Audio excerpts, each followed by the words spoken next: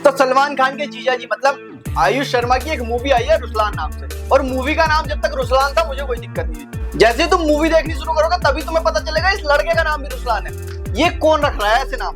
कहाँ कौन से यूनिवर्स में नाम रखा जा रहा है ये बताओ मुझे। नाम को छोड़ो, काम की बात करते हैं। अगर मैं बात करता हूँ इस मूवी की स्टोरी की, तो एटीएस को कहीं से खबर मिलती है कि भाई एक बंदा कल परसों में एक बच्चों के स्कूल पर अटैक करने वाला है। तो एटीएस वाले वहां पे पहुंच जाते हैं, उन सबको मार देते हैं, लेकिन जो उसका बच्चा था वो रह जाता है। तो ये जो एटीएस के चीफ हैं, एटीएस समझ रहे हो ना, एंटी टेररिस्ट स्क्वाड, तो इनके जो चीफ हैं वो उस बच्चे को देखते हैं और गोद ले लेते हैं। अब इन्होंने ही पाल पोस के इस बच्चे को बड़ा करा है, 26-27 साल का हो गया, लेकिन इस बच्चे की एक ही जिद है कि भाई मुझे देश को सर्व करना है। लेकिन उसके फादर मना करते हैं कि भाई इन सब कामों में कुछ नहीं रखता, तू अपना पैशन फॉलो कर, जिन चीजों से मैं वंचित रहा हूं मैं तुझे वो सब दिलाऊंगा, और अपना पैशन फॉलो करो, इस सब में मत पड़ो। लेकिन फिर भी इसका नसीब अच्छा था कि रो के कुछ एजेंट इसके पास आते हैं और इसे रो में भर्ती कर देते हैं कि भाई अगर तुम हमारे लिए अच्छा काम करोगे तो आगे हम तुम्हें परमानेंट एजेंट बना देंगे। तो रो वाले कहते हैं कि तुम्हें हमारे लिए डिटेल्स निकालनी है और हम तुम्हें कॉलेज में as a professor music teacher भेज रहे हैं, वहां पे रहोगे तो किसी को शक भी नहीं होगा, तुम बहुत आसानी से जो डिटेल्स है, जो चीजें हैं वो हमें बता सकते हो। ये सब चल रहा था, तो वहां पे एक दिन फेस्ट होता है, कुछ गड़बड़ हो जाती है, एक हिटमैन आता है वहां पे किसी अपने काम से,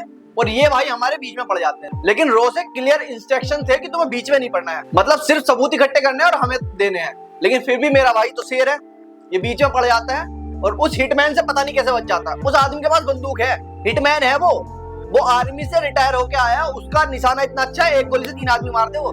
लेकिन नहीं, मेरा भाई शेर है, शेर के गोली नहीं लगती, शेर को डर ही नहीं लगता। फिर भी चलो ये उससे बच जाता है, वो वापस चले जाता है। तो जैसे इन्होंने अभी फिजिक्स खत्म कर दी, उसी तरह अब इसके आगे जितनी भी स्टोरी है उसमें फिजिक्स और कॉमन सेंस ऐसी कोई चीज नहीं होने वाली है।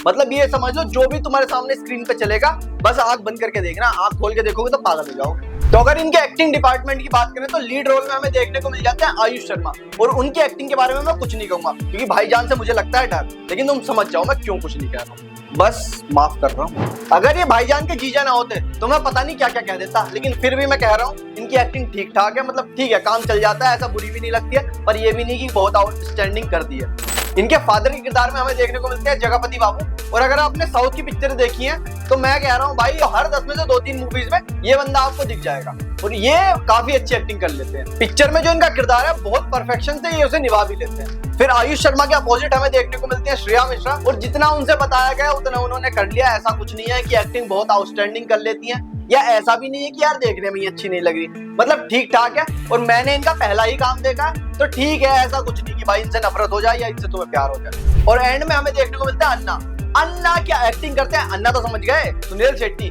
भाई, वो आदमी इस उम्र में जितना फिट है, मैं पहले से उनका फैन हूँ, और वो थोड़ी सी अपीयरेंस देते हैं, अपनी गेस्ट अपीयरेंस, और उसमें मजा कर देते हैं। तो जैसा कि ये मूवी शुरू से खुद को एक्शन के ऊपर बेच रही है कि भाई हम एक्शन हैवी होने वाले हैं, ऐसा एक्शन बना ही नहीं इंडिया में जो हम दिखाने वाले हैं, तो ऐसा तो देखो है नहीं कुछ। मतलब ये एक्शन सीक्वेंसेस ऐसी हैं तुमने 20 पिक्चर में देख ली होंगी और आगे भी 20 पिक्चर में देखोगे। और अगर तुम्हें ये लग रहा है कि सिर्फ एक्शन मूवी बोल देने से तुम्हारी मूवी चल जाएगी, तो अभी हमने एक बहुत अच्छी पिक्चर बड़े मियां छोटे मियां को खत्म होते देखा, और ये भी उन्हीं नक्शे कदमों पे चलते हुए मुझे दिख रही है। मतलब एक्शन ऐसा है कि तुम टॉलरेट ही करते हो बस। फिर एक बहुत जरूरी सवाल कि क्या ये मूवी मुझे देखनी चाहिए या नहीं देखनी चाहिए। तो देखो, अगर तुम आयुष शर्मा के बहुत कट्टर फैन हो या तुम भाईजान के नाम पे देखने जाना चाहते हो तो चले जाओ, मैं तो रोक नहीं सकता। लेकिन अगर तुम्हें लग रहा है कि मूवी में एक स्टोरी होनी चाहिए या एक्शन अच्छा होना चाहिए या कुछ तो होना चाहिए, मतलब ये समझ लो ऐसी बवासीर बॉलीवुड आजकल बहुत बना रहा है, तो उनमें से एक ये भी है। ना ही देखो तो अच्छा है, मतलब समझ रहे हो ना, दूर ही रहो। पर मैं तो यही कहूंगा भाई, एंटरटेनमेंट के लिए बंदा मूवी देखने जाता हो और इस मूवी को देख के एंटरटेन तो बिल्कुल नहीं होता, दिमाग जरूर खराब हो जाएगा, तो इससे भाई दूर रहो। लेकिन अगर हाँ तुम अच्छी एक्शन मूवीज देखना चाहते हो तो ये वाली वीडियो जरूर देखो, इसमें मैंने टॉप 5 एक्शन मूवीज की बात करी है जो भी आज तक इंडिया में बनी है, और इस वीडियो का लिंक आपको पिन कमेंट और ऊपर कार्ड में मिल जाएगा।